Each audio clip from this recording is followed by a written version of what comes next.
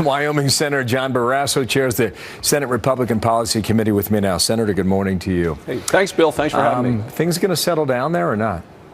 Well, it is interesting to see the Democrats who are still in denial over the fact that Donald Trump is president and has nominated an all-star team for a cabinet. They continue to try to slow it down. We're going to confirm Tom Price later today. We did Jeff Sessions, Betsy DeVos. We're continuing to get members of the cabinet confirmed as the Democrats continue to try to obstruct and slow things down. Elizabeth Warren tweeted the following, and you know the back and forth that has involved her throughout the week here. If Jeff Sessions makes even the tiniest attempt to bring his racism, sexism, and bigotry into the Justice Department, he'll hear from all of us. Here's another one. And you better believe every senator who voted to put Jeff Sessions' radical hatred into the Justice Department will hear from all of us, too. What do you think of that?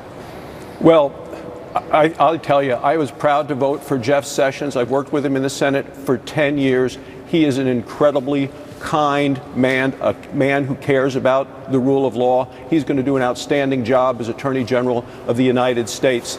So, Elizabeth Warren and what happened on the floor of the Senate was very interesting because, look, she is a professor at Harvard Law School. She knew exactly what she was doing. Now she's the voice and the face of the Democrat Party, which to me is a very liberal voice and face coming out of Harvard, an Eastern elite. That's not where this country is going in terms of what the American people are concerned about, which is jobs, the economy, and national security. Well, let's talk about Republicans now, shall we?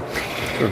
Matt Drudge tweeted this yesterday. White House eyeing executive order targeting conflict minerals rule. Meanwhile, is Obamacare penalty tax still in place? Another one. Republican Party should be sued for fraud.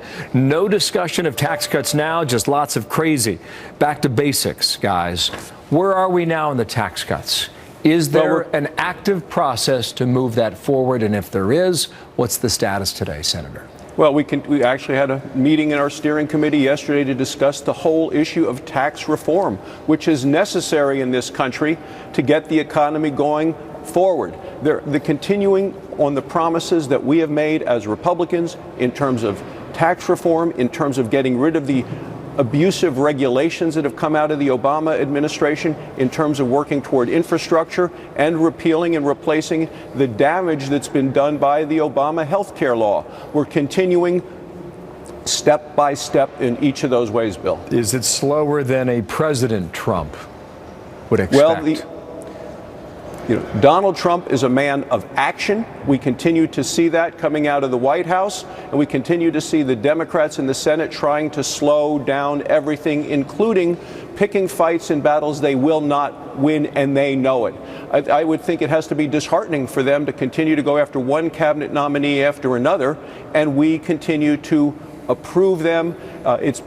They have delayed it to the point that the last time a president this far into a term has had so few cabinet members was when George Washington became president of the United States. I know that's been an issue, but on the taxes, you're saying it's going to get done?